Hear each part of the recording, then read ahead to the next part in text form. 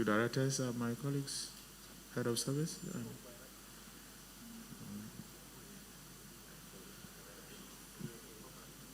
The virtual, any virtual from the virtual platforms. Yes, you did a good job. I mean, it's so practical. You know, the context, you contextualize the issues and we relate to them. You understand? These are everyday, and even when you brought in the theories, you unpack the theories to fit into the practical situations, making them very relevant. And that's what I tell students. Sometimes some people have used the theory. And to quote, let's borrow this one.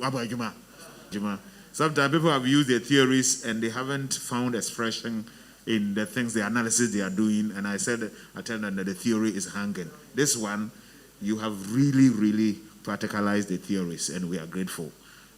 So if there's no useful message to add to what the dean of the University of Ghana Business School, but that's where I wanted to be, you know.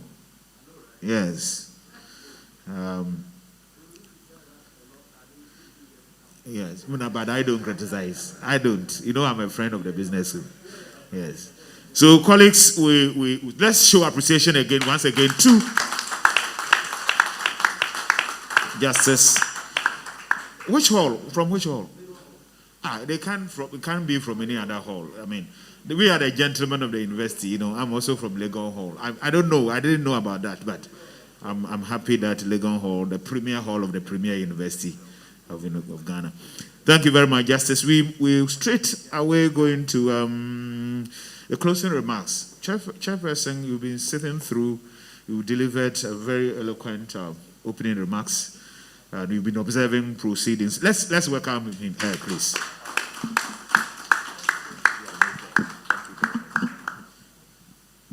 Well, sir, MC, I think the MC has done great. He also deserves a major round of applause. You know, Prof, thank you so much for that delivery. The insights, and indeed, I had 3 pages, and I don't write long. I just put down the points. And I was wondering, am I going to need another few pages to take some of the nuggets? Remember I said we were going to get nuggets. Were we disappointed? I think indeed, and we hope we can get this again and boil it down in the quietude of our environments. There's a lot there that was covered. And I'm listening to some of the things that are being said. One of the things I like most about, let's learn to tell our own story. Are we doing enough of that? You know, we let other people characterize us for who we are. And I think, Prof, thank you so much for reminding us. If we do not tell the story, other people are telling it from us, and they're saying, unfortunately, we are this, we are corrupt, and we are this, and we are that, and the other. Let's take the leadership in this. And indeed, Nana, we need to probably put our heads together to see how we can. It's going to be a very, very long process, slow process, but we have to do it and change the dynamics so that some of the things that they say about us gradually, I think, will be eroded. And because the work that we're doing, really, could they pay us enough to do some of the things that we have to do? But do the public understand us? Whose job is it to actually make that point to the people that we try very, very hard to serve? So thank you very much for that. And then you also said, yes, COVID has come with all its issues, but let us strive to do even better, more than what we are doing. And I couldn't agree with you more. We've done and we've accomplished a lot. But like Oliver Twist, there's always room for more. And I think we all have to have that mindset. You also said we need to have open minds. We need to have open mindsets. When the mindset is closed, I think you should probably think you're in the grave. Are we in the grave? So unless we strongly believe that we are in the graves or in our graves, I think we need to always have this open-mindedness and always be thinking and reflecting, how can we improve on what we did yesterday? It's very, very important. These are times where the rules will have to be adapted, and I think that's the theme we have here. Adaptive civil service, adaptive public service. And if we do not do that, and we're not able to do that adaptation very, very well, I think we're in for a very, very rough time. And I know that we are resilient. I know we've got the capacities. I know we've got the potential, great, great, great potential. Let's rise and indeed show ourselves first and foremost. I like to do things to please maybe my God first and maybe myself. Because I know that I'm my worst critic. If I think I'm doing well and I'm satisfied with what I'm doing, hopefully other people will see it too. And I think that should be something that we all strive for. There's so much here, Prof, that if I were to go through this, but I'm going to look at it and maybe come back so that we can continue this conversation.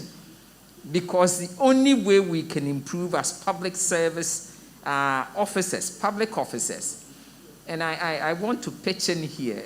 You touched on ethics, you touched on some of the values and the principles guiding us. I hope we are aware that we almost have a public officers bill which is soon to become law. How many of us are familiar that it's here? They've been talking about it for a very long time, but folks, it's here with us. And if you look at what's in that, we need to look at that conduct and our values again and make sure that all of us, we do not put ourselves in harm's way. Very, very important, because I don't want to see any public officer get entrapped with a law which we are supposed to know, which we've decided we don't want to know, and have it come back to haunt us. So, Nana, again, we need to put our heads together so that when this comes, all our men and women are very well equipped and not put themselves in harm's way. I hope you've enjoyed yourselves as much as I have. It wasn't just about a couple of hours, but I think for me, it's been a couple of hours very, very well spent. And I think we need to clap for ourselves for having been such an astute audience. Let me take the opportunity to wish you, because this is not done. The celebration continues. This is but one of the events. There are other events to come in.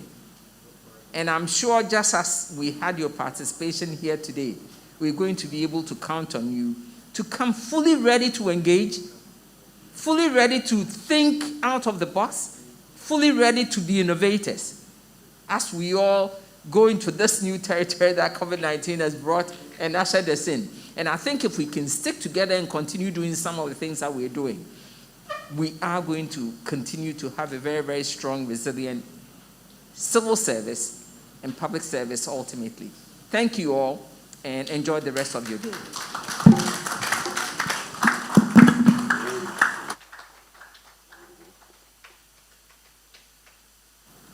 Thank you, Doc, for thanking us. And this is a package that I'm sure has really delivered. We are grateful to all of you.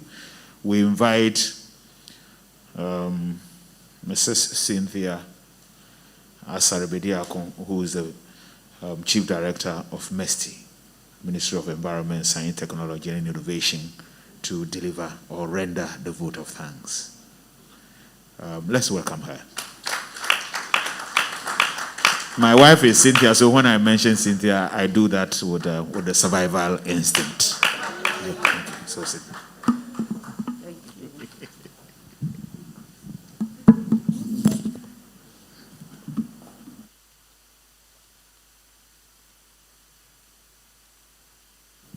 Distinguished ladies and gentlemen, those also watching us through the links, I am sure when our speaker, chairperson, and dignitaries were invited, they sang this song. Meye Juma Merade, me de me hunam, ni madinina, Beye nyame nyame sem shira se wo fe na bibiara be Genesis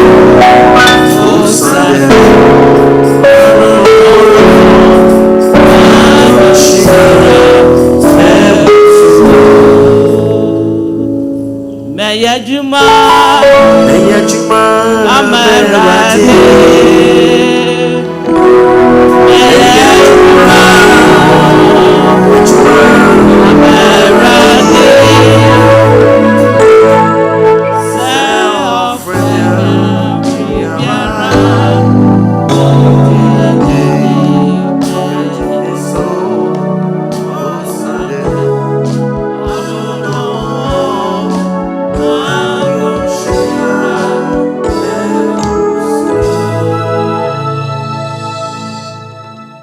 That's exactly what they sang.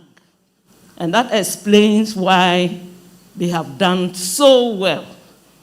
One thing that usually bores me is when the MC comes, oh, let's do it again. When we've clapped, and then say, let's do it again.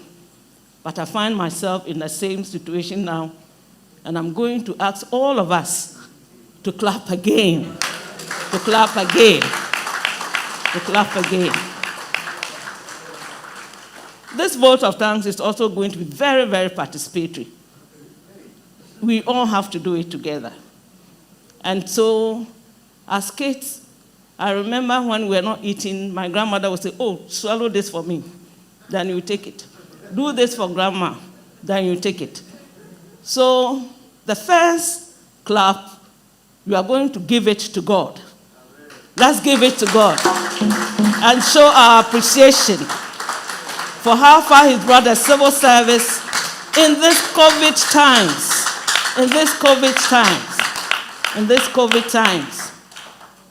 We've lost some colleagues due to the COVID. Can we give it to them also in appreciation? Because God says that everything that is good. And He knows the plans He has for us, and they are plans for good, not for evil. And so whatever has come to us, we still give glory to Him.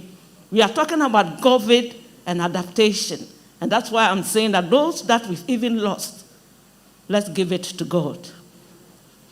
Now, on behalf of the planning committee, chaired by my sweetheart,